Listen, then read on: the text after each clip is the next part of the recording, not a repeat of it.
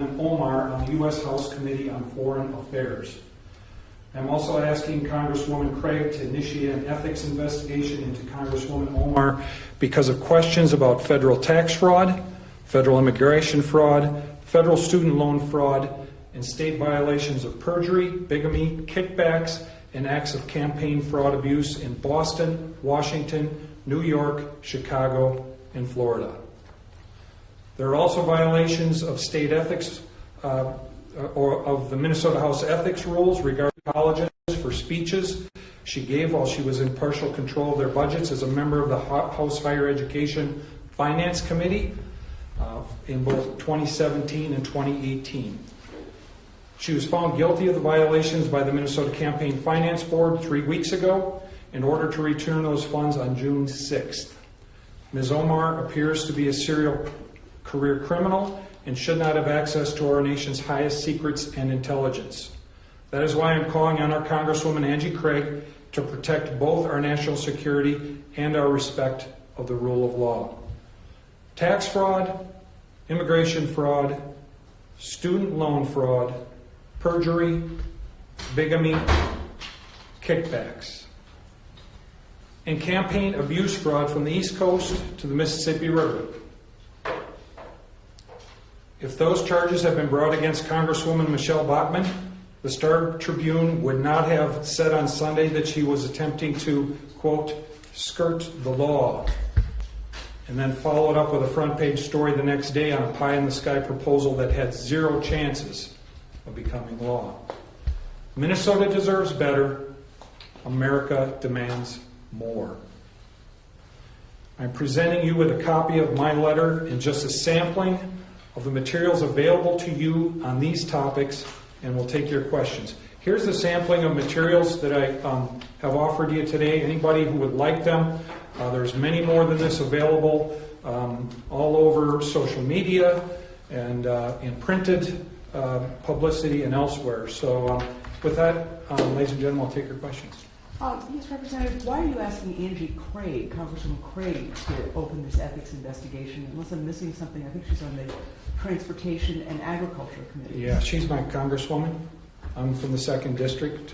That seems to me to be the best place to ask your elected representative to represent you in forming an ethics investigation. Oh, so are you doing this as an individual citizen of Minnesota, or are you doing this as representative? Well, I'm doing it as both. I'm a constituent of hers, and I am asking her as a constituent and presenting it here today as a state representative, but asking her as a constituent to bring forward an ethics investigation.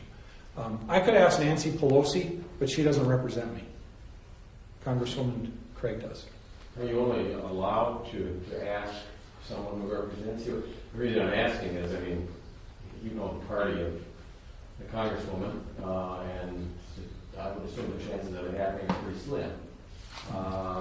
Why not ask a Republican congressperson? Well, I mean, you could ask any member of Congress. Angie Craig is my U.S. House of Representative, my U.S. Congresswoman, and because of that, she is the one that made most sense to me to ask to represent me and represent this pursuit of justice and respect for the rule of law. And analysts will say this is just an attempt to embarrass her or put her in a tough position as opposed to just getting the job done by going and asking a Republican congressperson to pursue what you want to do. How would you respond? Well, this is not about Congresswoman Craig. It's not about Republican or Democrat. It's about an avenue for me to bring forward these questions and get it in front of the U.S. House of Representatives. What's the history of these sorts of requests for investigations? Does Congress respond to them? I believe some of them they do. Some they find is superficial and don't. I haven't really dug into that myself, but I expect and have heard that they receive a lot of requests. Certainly, I don't know that many of them or all of them contain the level of importance or the level of detail and information available that this already does. Are you expecting more information to come out related to some of the questions you raised here in this topic? I am. As a matter of fact, I've talked to one of the people, David Steinberg, who has done a lot of the work. You will see his blog posts in here that have the social media that some of you in the Minnesota media here have referred to, and if I can be critical, somewhat dismissed because it wasn't something that you found, but something that he found. Incidentally, as soon as David and Scott Johnson and Preya did their work, and I know this for sure with David, he took the screen captures of these social media accounts and then formed a blog post, offered Representative Omar comment before he published the blog post, heard nothing back from her, published the post, and shortly after the post was published, either, depending on the situation, either her image on social media or Ahmed Elmi's image was removed from their respective social media accounts. And I think that's important for you in the media to note as you try to discern what motives are and where the truth lies. What's the end game here? Well, I think the end game is to find answers. The answers have not been pursued. We're starting to see them be pursued. The national media is really starting to kick it into gear. I thank the Star Tribune for their effort recently, although it was not the level of inquiry that I think many people wanted and expected. It was a great start, and so I think the end game is for us to bring about visibility to this in a way that the people of Minnesota and the people of America can find answers to what appears to be a sham marriage that Representative Omar had with Ahmed Elmi from 2009 to 2017. Should Congresswoman Craig dismiss or ignore your letter? What's your next step from there? Any other plans? Any other attempts to maybe refer this on to other agencies or officials? Well, one idea that I heard, and it was actually from a Democrat, and by the way, I've heard from Democrat colleagues in the House that are thanking me for my efforts to pursue this because they have the same concerns I do. I want you to know that. I'm not going to name names. But one of those Democrats offered to me that what then Representative Ellison did when he was running for office last year, and there was questions about his situation with his wife, as he offered, you know what? I will ask for an ethics investigation upon myself. And I think maybe a call from the media, a call from me, or a call from someone to say, Representative Omar, if you don't think that these things, that there's problems here, do as your predecessor did. Ask for an investigation of yourself and clear your name. I think that would be a great inquiry. The theory is that the sham marriage was needed to help him or her. We're not completely sure. There's a bunch of, you look at the tax fraud probable cause that exists from the June 6th campaign finance stuff. Probable cause is right there for tax fraud, federal and state. You can't deny that. But I think you need to go and first of all find out more about the marriage and start to get more people involved in digging through this stuff.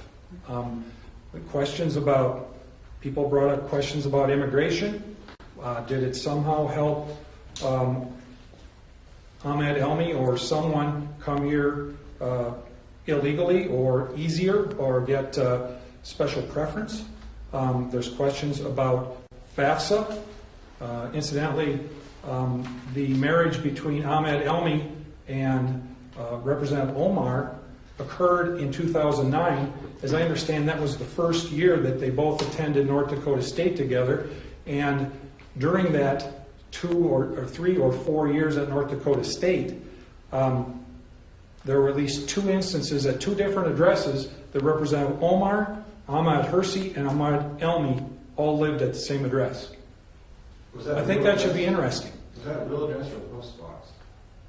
I can't recall. There were 2 different ones in 2 different points in time. So evidently they may have moved to a different street address or something. Representative, have you contacted Representative Craig to let her know that this was coming, or She just I have not, and I haven't talked to Representative Omar about it either. I know that was a question last year when I brought up the fact that Representative Omar was taking money from three different state higher education institutions directly in conflict with Minnesota House rules, which she eventually then returned those thousands of dollars to them, realizing that she was wrong in doing that.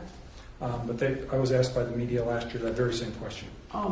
Let me ask you, I know that at one point the then U.S. Attorney Andy Lugar made it clear in a statement that he was not investigating, the federal government was not investigating Ilhan Omar. Also, I believe that the State Campaign Finance Board has the ability to refer items to criminal jurisdictions. Obviously, the investigators, the IRS, the federal government, they're pretty aggressive and they're pretty good. It doesn't appear that they're on this at all. Does that say anything to you? Well, the Campaign Finance Board does do criminal referrals about campaign finance related items, and if you'll read the Campaign Finance Board's findings and orders from June 6th, you'll realize as they form their context out for it that they limited their approach to items that concern campaign finance and didn't, as a matter of fact, they didn't even see the tax forms. Right, but they didn't feel that the campaign finance portion of this reached a criminal element, in their opinion. Well, she broke the law and she's paying the money back. Right. She broke the law. Right. But I guess I'm just wondering if it appears that people who do have access, obviously a U.S. attorney, the Campaign Finance Board that regularly can refer items to criminal entities or criminal investigators, they've had access to this and they haven't done that yet. I mean, are they remiss in their actions? I think we all are. I think they are. I think you are. I think I am. I think we all need to pursue justice and truth here. And that's why I'm here today. Another exhibit's in your packet, the question of perjury. This isn't the best copy, but this is Representative Omar's, I'll just call it because it's called Application for an Order for Service by Alternate Means. So, as I understand it, Representative Omar approached the court and tried to get the divorce in 2017 from Ahmed Elmi without actually having him there.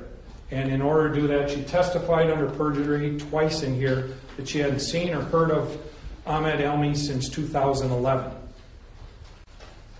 And you'll find in your packet too, and Preya Samsadar, I still struggle with her last name, had this brought forward, as I understand, 2016.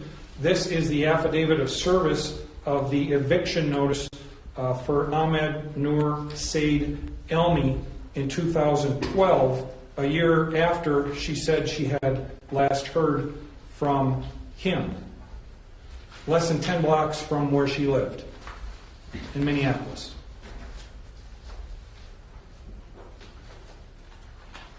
Representative, you say that our national security is at stake. Would you outline for Minnesotans, and you're making some allegations in other areas, but specifically, how is our national security at stake here? If you talk to the police, they will tell you that a person's past behavior is the best indicator of their future behavior. Best predictor of their future behavior is their past behavior. I have laid out for you Representative Omar's past behavior.